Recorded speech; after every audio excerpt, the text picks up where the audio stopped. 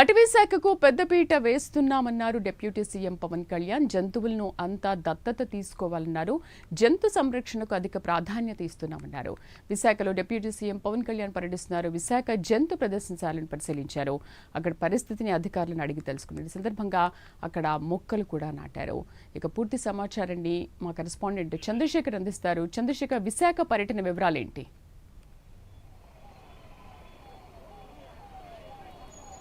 శ్రీదేవి, చూసుకుంటే ఈరోజు విశాఖలో ఏపీ డిప్యూటీ సీఎం అటవీ శాఖ ఏదైతే పవన్ కళ్యాణ్ అయితే పర్యటిస్తున్నటువంటి పరిస్థితి ఉంది. ప్రధానంగా చూసుకుంటే 2 రోజుల పాటు కూడా ఆయన విశాఖలో పర్యటిస్తున్నారు. మొదటగా చూసుకుంటే నేను సాయంత్రం విశాఖ వచ్చినటువంటి ఆయనకి జనసేన నేతలు కావచ్చు, జనసేన కార్యకర్తలు కావచ్చు, ఇతర అధికారులంతా కూడా ఘన స్వాగతం అయితే పలికినటువంటి పరిస్థితి ఉంది. ఈ నేపథ్యంలో ఈ రోజు అయితే చూసుకుంటే ఈ రోజు ఉదయం నుంచి చాలా బిజీగానే విశాఖలో ఆయన పర్యటిస్తున్నటువంటి పరిస్థితులు ఉన్నాయి. ప్రధానంగా చూసుకుంటే జంతు సంరక్షణ, అటవీ శాఖ సంరక్షణ సంబంధించినటువంటి విషయంలోనే AP deputy CM Pawan Kalyan అయితే నిమగ్నమైనటువంటి పరిస్థితి ఉంది. ముఖ్యంగా చూసుకుంటే ఈ రోజు ఉదయం నుంచి కూడా ఏదైతే విశాఖలో ఉన్నటువంటి ఇందిరాగాంధీ జూలాజికల్ పార్క్ ఏదైతే ఉందో అక్కడ ఉన్నటువంటి జంతు సంరక్షణతో పాటు జూలాజికల్ పార్కులో అయిన దాదాపు 4 గంటల పాటు కూడా పర్యటించినటువంటి పరిస్థితి ఉంది. అక్కడ ఉన్నటువంటి జంతువులకు సంబంధించినటువంటి విషయాల్ని కులంకుశంగా కూడా అణువు అడిగి తెలుసుకున్నటువంటి పరిస్థితి ఉంది. ముఖ్యంగా చూసుకుంటే అక్కడ ఉన్నటువంటి ఏదైతే ఆ ఇందిరాగాంధీ జూలాజికల్ పార్కులో ఉన్నటువంటి ఏనుగు కొంతసేపు కూడా ఆయన ఆహారాన్ని కూడా తినిపించినటువంటి పరిస్థితి ఉంది. అలా అక్కడ ఉన్నటువంటి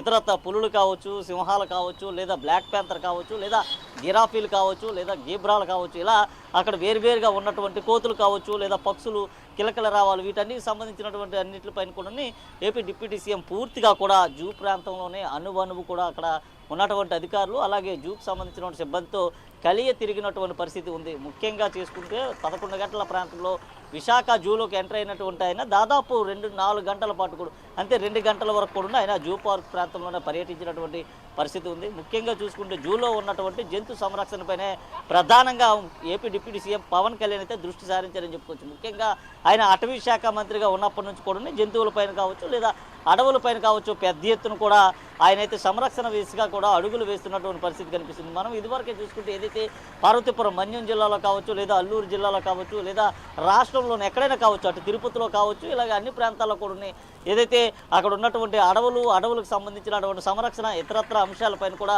పవన్ కళ్యాణ్ అయితే ఒక ప్రత్యేక శ్రద్ధ కనబరుస్తున్నటువంటి పరిస్థితి ఉంది. ఆయన డిప్యూటీ సీఎంగా అయిన తర్వాత ముఖ్యంగా ఇక్కడ ఉన్నటువంటి గిరిజనులకు కావచ్చు, లేదా ప్రజలకు కావచ్చు, వారి యొక్క అవసరాలకు అనుగుణంగా కూడా అక్కడ ఆదేశాలు జారీ చేయడం, అలా అవసరాలకు అనుగుణంగా కూడా అక్కడ ఉన్నటువంటి ప్రత్యేక వనరులు ఏర్పాటు చేసినటువంటి పరిస్థితి ఉంది. ముఖ్యంగా చూసుకుంటే అడవులకు సంబంధించినటువంటి సంరక్షణ పరిస్థితికి సంబంధించి కూడా పవన్ కళ్యాణ్ అయితే పూర్తిగా ఆ చర్యలు తీసుకుంటున్నారు. ఈ నేపథ్యంలోనే జూ ప్రాంతంలో కూడా ఆయన పర్యటించిన తర్వాత అక్కడి నుంచి నేరుగా కూడా రోడ్డు మార్గం ద్వారా ఆయనకు సూచించినటువంటి ఏదైతే ఆపోజిట్లో ఉన్నటువంటి కంబాల కొండ అనేటటువంటి ప్రదేశానికి అయితే చేరుకున్నారు. ముఖ్యంగా చూసుకుంటే ఎక్కువగా టూరిస్ట్ స్పాట్తో పాటు అటవీ ప్రాంతంగా ఉన్నటువంటి కంబాల కొండలో ఉన్నటువంటి అటవీ సంరక్షణకు సంబంధించినటువంటి అంశంపైన ఏపీ డిప్యూటీ సీఎం అయితే పూర్తిగా కూడా కలిగి తిరిగినటువంటి పరిస్థితి ఉంది. ముఖ్యంగా చూసుకుంటే అక్కడ ఉన్నటువంటి అటవీ సంపదని ఏ విధంగా రక్షించాలి, రాబోయే తరాలకి దీన్ని ఏ విధంగా, భావి తరాలకి దీన్ని ఏ విధంగా ఒక మంచి అయినటువంటి వస్తువుగా అందించాలనే అంశంపైన పవన్ కళ్యాణ్ అయితే స్పందించినటువంటి పరిస్థితి కనిపిస్తుంది. నేపథ్యంలోనే మరలా కూడా విశాఖ జూ పార్క్ చేరుకున్నటువంటి ఆయన విశాఖ జూలో ఉన్నటువంటి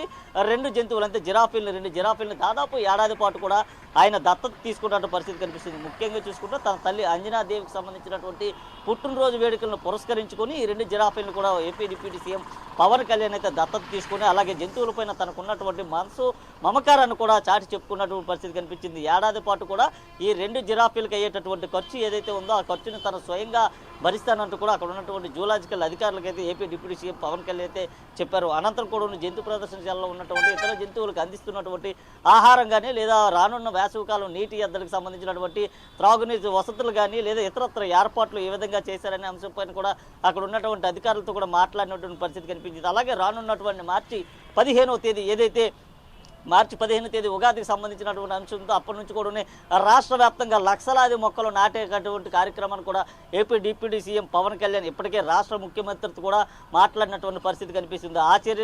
ఆ దిశగా కూడా చర్యలు అయితే కొనసాగుతున్నాయి. ముఖ్యంగా చూసుకుంటే అడవుల్ని రక్షించడంతో పాటు కొత్తగా చెట్లు నాటి కొత్త అడవులను సృష్టించే దిశగా కూడా అడుగులు వేస్తున్నటువంటి పరిస్థితి కనిపిస్తుంది. గతంలో ఎన్నడూ లేనటువంటి విధంగా, గతంలో ఎన్నడూ లేని మాదిరిగా కూడా రాష్ట్ర వ్యాప్తంగా చెట్లు నాటేందుకు కూడా ఇటు విద్యార్థులు కావచ్చు, లేదా అటు ఉపాధ్యాయులు కావచ్చు, ఇంటి దగ్గర ఉన్నటువంటి గృహిణులు కావచ్చు, లేదా మహిళలు కావచ్చు, రైతులు కావచ్చు, వీరందరూ కూడా భాగస్వామ్యం చేసుకొని మొక్కలు నాటే విధంగా కూడా AP deputy CM Pawan Kalyan అయితే చర్యలు తీసుకునేది కూడా సిద్ధమైనటువంటి పరిస్థితి కనిపిస్తుంది. ముఖ్యంగా చూసుకుంటే 2047 కల్లా స్వర్ణాంధ్రని స్వచ్ఛాంధ్రగా చేసే విధంగా కూడా ఆయన తీర్చిదిద్దేటటువంటి పరిస్థితి కనిపిస్తుంది. ఈ నేపథ్యంలో పెద్ద ఎత్తున కూడా ఈ కార్యక్రమాలను చేపట్టే విధంగా కూడా అక్కడ ఉన్నటువంటి అధికారులందరికీ కూడా ఒక దిశ నిర్దేశాన్ని కూడా AP deputy CM Pawan Kalyan అయితే చేశారని చెప్పుకోవచ్చు. ఈ నేపథ్యంలోనే ఈరోజు విశాఖలో ఆయన పర్యటించారు.